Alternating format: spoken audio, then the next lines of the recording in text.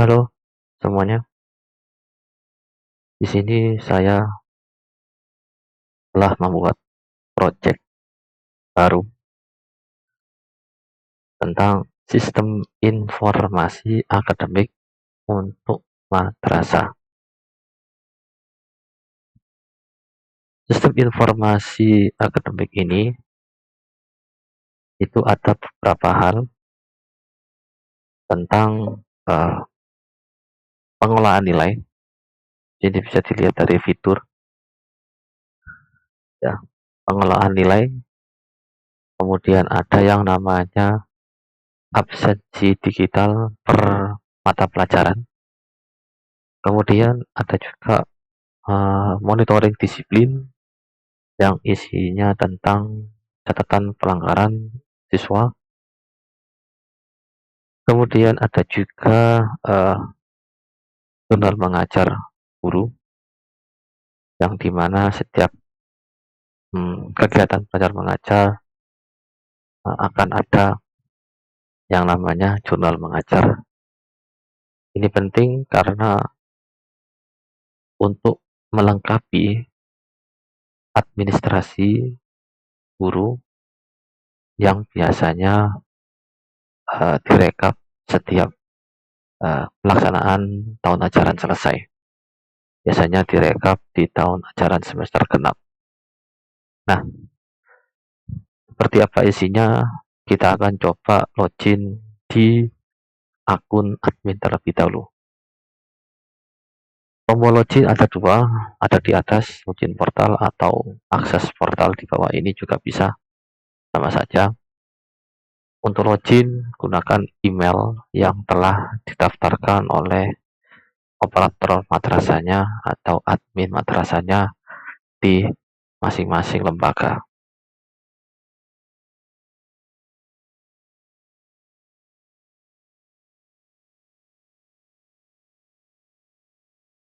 Ketika sudah login, maka akan disuguhkan yang namanya dashboard.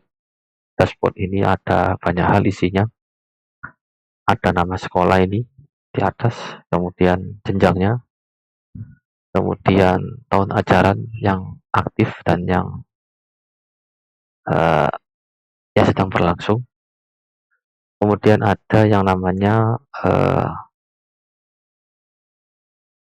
count untuk menghitung berapa siswa yang belum masuk rombel. Ada juga count juga untuk mapel atau mata pelajaran yang diampu, mana guru aktif yang belum diinputkan mata pelajarannya. Ada juga jurnal belum lengkap ini isinya adalah laporan siapa saja atau guru siapa saja yang belum melakukan pengisian jurnal. Ada juga di sebelahnya poin tertinggi. Ini juga menunjukkan berapa jumlah poin yang paling tinggi di seluruh jenjang yang berjalan. Di sini saya buat per semester karena bagi saya laporan pelanggaran siswa itu harus dilaporkan setiap pengambilan rapot. Jadi ketika menuju semester baru maka laporan tersebut harus direset ulang karena tidak mungkin menumpuk-numpuk hingga anak itu lulus. Makanya saya buat per semester untuk poin tertinggi ini. Kemudian di bawahnya ada tombol-tombol, ada tombol tambah siswa, ada tombol tambah guru, ada tombol tambah kelas, dan ada tombol mata pelajaran. Di sebelah kiri layar ada yang namanya sidebar. Sidebar ini berisikan tahun ajaran, tata sekolah, kesiswaan, kurikulum, dan pengaturan. Semuanya ini dibungkus menjadi satu karena isinya juga ada banyak. Jadi pertama kita akan kenalkan halaman tahun ajaran. Tahun ajaran ini wajib diisi terlebih dahulu oleh operatornya masing-masing, mulai dari tahun ajaran yang berjalan, semester berapa, ganjil atau genap, kemudian langsung set aktif saja juga bisa, perlu disimpan. Perlu diketahui tahun ajaran ini adalah krusial. Jadi jika tidak ada tahun ajaran yang aktif, maka ada beberapa fitur yang tidak bisa ditampilkan, bahkan ada juga bug internal server. Jadi tahun ajaran ini wajib aktif karena dicari berdasarkan tahun ajaran yang sedang berjalan. Kemudian ada tata sekolah. Tata sekolah ini berisikan tata kelas. Tata kelas ini sama saja rombel yang harus diisi itu apa saja. Ada di sini pada tingkat, nama kelas, wali kelas, kapasitas, dan aksi. Aksi ini sudah meliputi edit dan hapus. Kemudian ada data guru. Ya, data guru di sini juga ada banyak listnya. Yang meliputi data guru ini adalah menginputkan NPK, kemudian menginputkan juga email dan passwordnya, menginputkan fotonya, dan menginputkan yang namanya mata pelajaran yang diampu juga. Jadi di sini lengkap. Dan juga ada lagi fitur yakni nonaktif dan aktifkan akun guru juga ada di sini. Kemudian kalau kita lari ke siswaan, di sini ada banyak, ada data siswa, monitoring presensi, master point, pelanggaran siswa, dan proses kenaikan.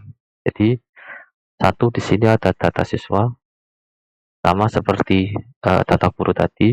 Data siswa ini juga meliputi nama siswa, kemudian listnya, jenis kelaminnya apa, kemudian masuk kelas atau rombel berapa, kemudian ada aksi, ditambah siswa juga ada yang namanya nama orang tua, ayah dan ibu, beserta nomor HP-nya, kemudian ada yang namanya foto siswa, nanti kita akan jelaskan di next video. Kemudian ada monitoring. Monitoring ini tidak akan bisa diklik atau tidak bisa kita buka kalau yang tahun ajaran tadi belum kita aktifkan. Sebagai contoh di sini ada notifikasi tahun ajaran aktif belum disetting, jadi dia mencari tahun ajaran yang aktif terlebih dahulu, baru kita bisa akses ini. Kemudian ada master point. Ya, master point ini maksudnya ada data pelanggaran. Data pelanggaran itu bukan nama siswanya, melainkan jenis siswanya, jenis pelanggarannya, beserta poinnya, dan beserta kategori ringan, sedang, atau berat. Ya, kemudian lanjut lagi yang bawah ada pelanggaran siswa. Di sini isinya tentang nama siswa berdasarkan rombel yang dipilih dan jumlah yang didapat oleh siswa. Kemudian ada lagi detail jenis pelanggaran yang didapat itu apa saja, itu bisa dicek di sini. Kemudian di sini juga ada yang namanya cetak rekap. Nah, cetak rekap ini bisa kita cek cetak per kelas, dan juga di monitoring pelanggaran ini kita bisa cetak per siswanya. Jadi ada dua cetak fitur di sini. Kemudian di proses kenaikan, di sini saya buat konsepnya seperti emis ataupun dapodik. Kalau kita madrasah berarti kita emis. Jadi kita pilih tingkatnya terlebih dahulu. Mau tingkat berapa? Tingkat ini nanti berdasarkan jenjangnya masing-masing. Kalau kita sudah pilih jenjang MI, nanti di sini muncul tingkat 1 sampai tingkat 6. Kemudian kalau kita pilih MTS, maka di sini akan muncul tingkat 7 sampai 9. Dan yang terakhir mungkin MA, ada tingkat 10 ini sampai kelas 12. Kenapa ini muncul? Defaultnya memang saya buat tingkat MA, jadi pakai acuan ya. Nah, setelah dipilih nanti akan muncul nama-nama siswanya. Nama-nama siswa nanti akan muncul kelas-kelas apa saja yang akan ditingkatkan ke tingkat berikutnya. Nah, Setelah nanti tingkatnya naik, maka rombel itu akan kosong. Siswa harus dimasukkan ke dalam rombel.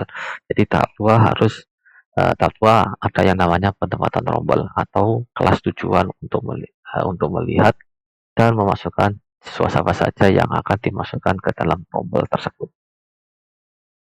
Lanjut di sini ada kurikulum. Kurikulum ini ada banyak juga, ada mata pelajaran, atur slot, kemudian slot jam ya, kemudian ada lagi jadwal pelajaran, dan juga ada lagi jurnal, nilai tugas, dan rekap sumatif. Perlu diketahui, admin ini hanya bisa cek dan mencetak hasil rekapan dari Bapak Ibu Dewan Guru yang diinputkan di akun guru tersebut. Jadi di sini hanya bisa melihat dan mencetak saja. Oke, mata pelajaran di sini diinputkan satu persatu. Ada mapel, kemudian nama mapel ini bisa dilihat dari RDM, rapot digital madrasah. Kemudian ada lagi slot jam ya, dari Senin sampai Sabtu itu apa saja bisa ditambahkan di sini, mulai dari jam berapa hingga jam berapa. Itu untuk jam pertama atau jam kedua itu bisa diatur di sini. Jadi ini bisa dikoordinasikan langsung dengan waka kurikulumnya. Untuk jam ke-1 itu jam berapa sampai jam berapa, untuk jam kedua itu jam berapa sampai jam berapa, nanti bisa dilihat di sini. Untuk prakteknya kita akan buat di next video. Kemudian ada jadwal pelajaran. Jika sudah atur slot jam, maka di sini juga bisa buat jadwal pelajaran. Jadwal pelajaran ini sudah saya setting fleksibel, bisa diedit, bisa dihapus di setiap jam pelajarannya. Ya. Nah, untuk caranya dipilih kelasnya terlebih dahulu, nanti jika sudah buat kelas atau rombel bisa dilihat di sini. Jurnal mengajar ini tidak saya buka karena bukan bug, tapi kita belum membuat tahun ajaran yang aktif. Kemudian ada nilai tugas. Nilai tugas yang diinputkan oleh Bapak Ibu Dewan Gurunya masing-masing itu bisa dilihat di sini. Nanti tahun ajarannya berapa nanti bisa dilihat, pilih gurunya siapa saja, nanti mapelnya juga mapel apa saja, kelas, dan tugas ini tugas 1 sampai ke 15 ya. Oke, kemudian ada lagi nilai sumatif ya, rekap sumatif. Maksudnya di sini adalah kita bisa cek nilai rekapan yang diinputkan oleh guru, nilainya berapa untuk yang sumatif harian, kemudian ada yang sumatif tengah semester dan sumatif akhir semester, itu bisa dicek di sini. Sekaligus bisa juga di cetak rekap juga. Di sini ya, di atas pojok kanan di bawah administrator itu. Kemudian pengaturan. Ya, pengaturan di sini ada identitas sekolah, transfer data, dan backup and restore. Identitas sekolah ini meliputi logo madrasahnya, kemudian nama madrasahnya apa, saya sarankan sesuaikan dengan emis biar tidak kebingungan ketika melakukan administrasi. NPSN-nya berapa, kemudian jenjang ya, jenjang dari MI, SMA, ada nomor telepon juga ada, email resmi wajib dimasukkan, kemudian kabupaten atau kota juga dimasukkan, alamat lengkap jangan lupa. Kemudian kalau setelah kita isi semua lengkap, kita bisa lanjut isi pejabatnya, strukturalnya. Nah, karena kita tadi belum isi data gurunya, maka di sini tidak muncul nama-nama gurunya siapa saja yang dijadikan untuk sebagai kepala madrasah, maka kurikulum, dan guru PK-nya. Nah, ini harus diisi dulu di data gurunya tadi di atas. Kemudian ada yang namanya transfer data. Nah, transfer data ini saya buat berdasarkan guru yang cuti. Jadi gini,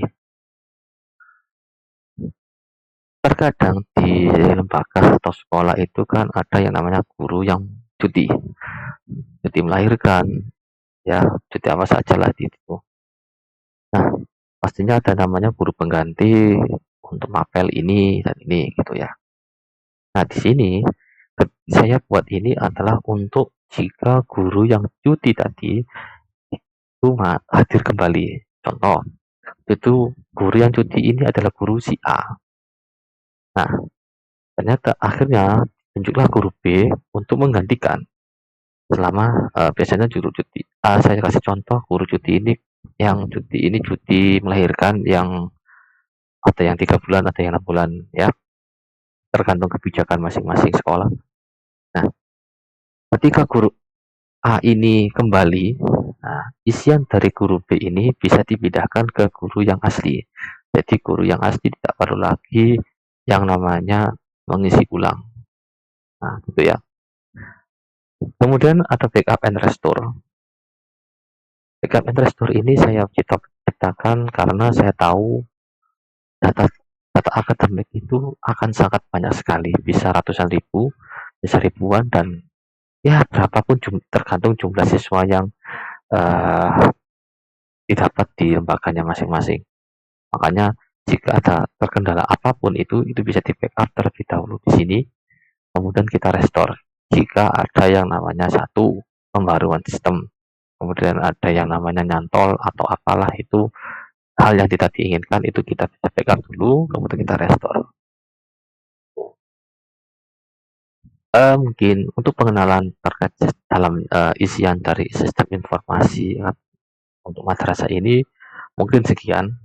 Di next video kita akan praktekkan belajar bagaimana cara urutan yang benar untuk pengisian sistem informasi akademik ini.